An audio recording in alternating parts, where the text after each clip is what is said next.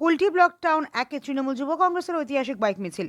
গণতন্ত্র বাঁচাও, ভোটাধিকার রক্ষা করো স্লোগানে কুলটি ব্লক টাউন এক তৃণমূল যুব কংগ্রেসের উদ্যোগে একটি বর্ণাঢ্য বাইক মিছিল অনুষ্ঠিত হলো। এসআইআর নামে সাধারণ মানুষের গণতান্ত্রিক অধিকার হরণ এবং বিজেপির চক্রান্তের বিরুদ্ধে প্রতিবাদ জানাতে এই কর্মসূচি নেওয়া হয়। মিছিলটি শাকতরিয়া ইসিএল ময়দান থেকে শুরু হয়ে বরাকর হয়ে নিয়ামতপুর সাহেব বাংলা মাঠে শেষ হয়। উপস্থিত ছিলেন আসানসোল পুরসভার ডেপুটি মেয়র অভিজিৎ ঘটক, রাজ্য তৃণমূল কংগ্রেসের নেতা উজ্জ্বল চট্টোপাধ্যায়, কুলটি ব্লক তৃণমূল যুব কংগ্রেস একের সভাপতি রাহুল ঘোষাল সহ দলের অন্যান্য নেতৃত্বকর্মী ও সমর্থকরা।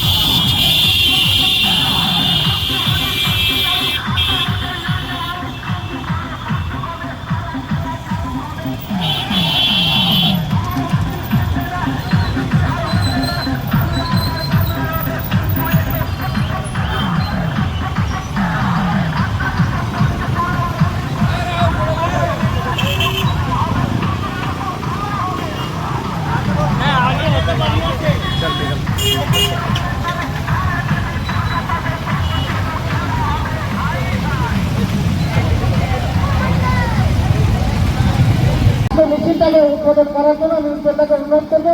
কাঞ্চনদা রয়েছে, আমি অভিজিৎটাকে এবং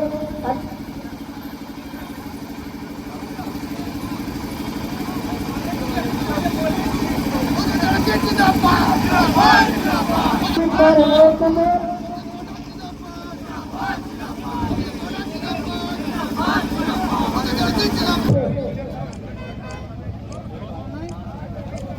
Hey, hey, अरे यार